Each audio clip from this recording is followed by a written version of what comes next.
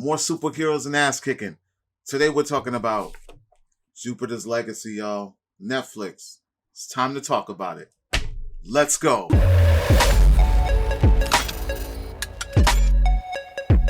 What's going on, everyone? Welcome to Klepcx FM, brought to you by WeAreCritics.com, place where we talk about movies, television, and pop culture. And if you're into that kind of thing, make sure you hit the subscribe key and that notification bell so you can be up to speed about everything that I talk about here. Now, ladies and gentlemen, we are going to be talking about the brand new Netflix series that dropped today, or whenever you see this video, it'll already be up.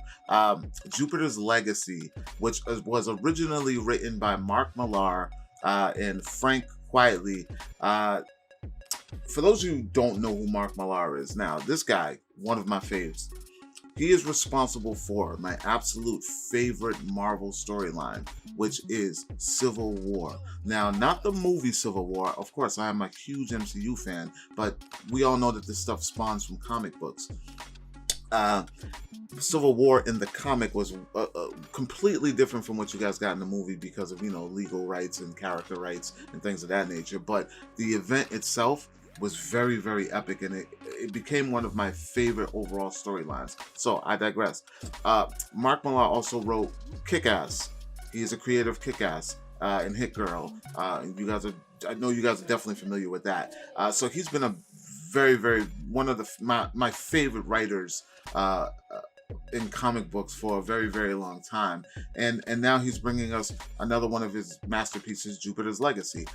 He also has a Netflix deal where we'll be getting more stories from him, such as Prodigy, I believe, is in development, and then The Magic Order is in delivery. These are all series that Mark Millar has wrapped his hands around. But we're talking about Jupiter's Legacy. Jupiter's Legacy, 10-issue story about a gentleman and his family, and they obtain and some friends, and they obtain these obscure powers, and they have a code that they want to follow in times of change. Let's start from the beginning, y'all. So Jupiter's Legacy follows, I believe his name, Josh Duhamel plays him, the Utopian. His character name is Sheldon Sampson, and he has a traumatic event in which gives him, he's having visions and dreams, and it's driving him nuts and insane, but it's also guiding him to a certain place that he must go. And as he goes, he must recruit people to join him along this journey. Now, of course, everyone around him thinks that he is batshit crazy, but in the end, it all works out, and some magical things start to happen, if you know what I'm saying, without any spoilers.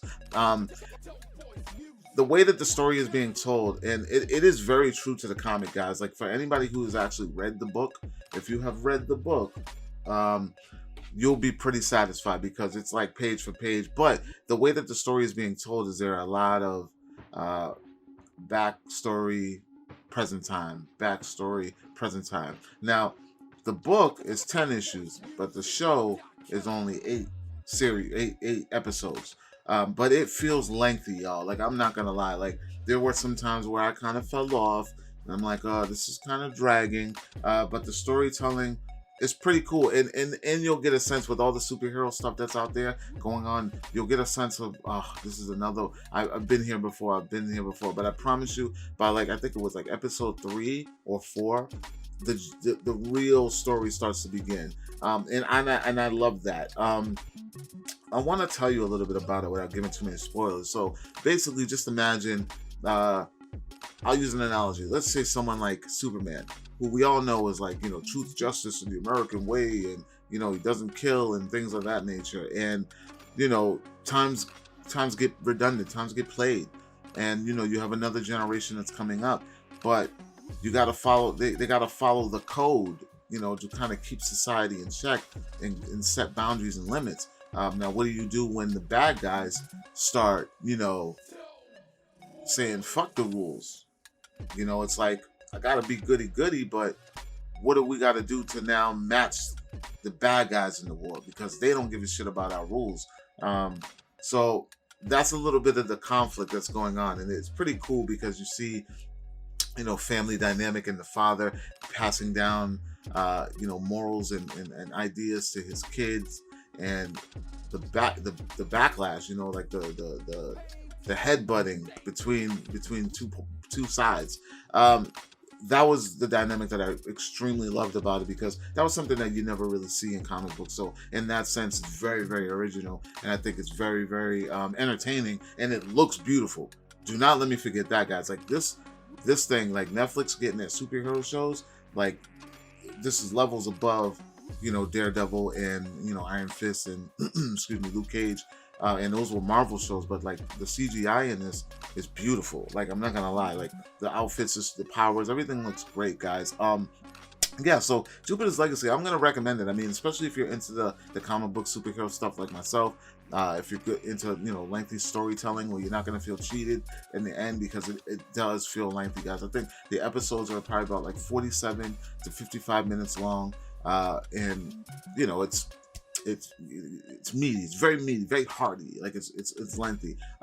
Guys, let me know if you can check this out if you're interested. If you've already seen it, like myself, let me know what you thought, or, you know, let me go watch it. Come back and talk to me, and we'll talk about it some more. Let me know what you guys think. Of course, you guys can catch me at wearecritics.com, my podcast, more movie news, television news. Make sure you guys like, share, comment, and subscribe, and I will talk to you all later. Peace.